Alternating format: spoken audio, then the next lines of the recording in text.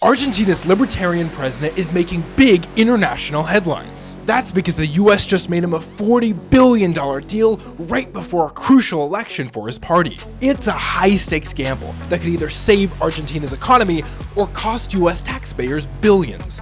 Let's break it down.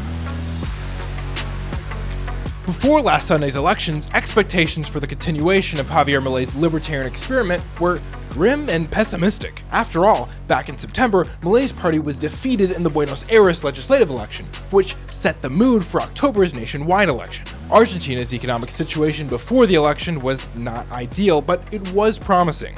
Inflation was in rapid decline, economic growth for the year was expected to reach 5%, while deregulatory measures were still being implemented that had many investors excited. But there was a catch. Milei doesn't have congressional majority, so the loudest, most controversial parts of his agenda, like privatization, deregulation, and full dollarization, were being slowed down in Congress. On top of that, there were multiple corruption stories around high-profile Milei officials that hurt the party's image. So the delay in reforms and uncertainty around the October elections were causing investors to lose confidence. Because of that, Argentina's plan to gradually restore its economy wasn't working. Consequently, immediately after the defeat of Milei's party in September, the peso-dollar exchange increased between 5 to 7%, and Argentine stocks dropped 13% in Wall Street. That's where the US government stepped in. President Donald Trump offered Milei a $20 billion guaranteed credit swap and organized an additional $20 billion from private banks and investors. However, Trump made it clear that support was tied to Argentina not shifting back toward the left in the nationwide election. Now, some outlets from both countries were criticizing this as a US attempt to manipulate the outcome of Argentina's election. Others said it was just backing an allied government in a crisis situation. In any case, the election was a decisive victory for Milei's party. They outperformed expectations, winning over 40% of the national vote and gaining a significant number of seats in Congress, giving Milei a much stronger position to push his reforms. But even though the dollar-peso swap succeeded in giving Milei the popular support he wanted, Americans are still asking a big question.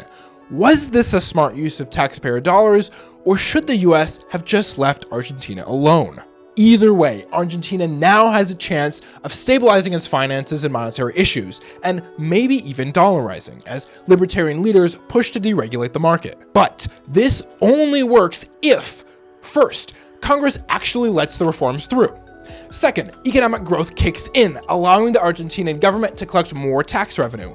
And third, this new stability helps the peso recover, so the country can actually use that revenue to pay back the dollars it borrowed. If any of those three fail, the US ends up holding a bag of weaker pesos and Argentina's economy slides back into crisis mode again. As someone who actually does think a lot of these reforms could work, I have hope in Argentina's future if politics doesn't get in the way. But what will actually happen is still up in the air. But what do you think? Whether you lean to the left or the right, I would love to hear your perspective in the comments. And if you want to watch this video about how Canada's Ronald Reagan ad upset their southern neighbors, you can watch this video on screen. Thanks for watching.